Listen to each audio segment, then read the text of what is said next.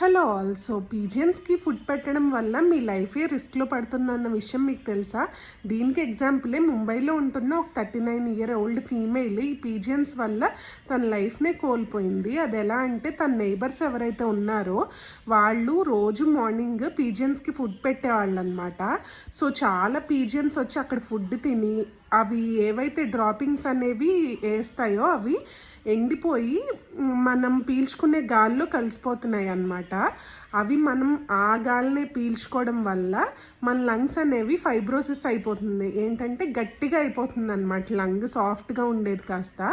So దానివల్ల మనకి breathing issues, cough ఇవన్నీ వస్తాయి అన్నమాట, రెస్పిరేటరీ ప్రాబ్లమ్స్. సో మీరు కనుక ఫీడింగ్ చేస్తుంటే పీజియన్స్కి ఖచ్చితంగా ఆపేసేయండి. ఇంకెవరన్నా చేస్తున్నా కూడా వాళ్ళకి ఇలాగ చెప్పండి చెయ్యొద్దని చెప్పి. సో ఇన్ కేస్ మీ ఇంటి దగ్గరికి పీజియన్స్ వస్తుంటే కనుక ఖచ్చితంగా పీజియన్స్ నెట్ అనేది పెట్టుకోండి.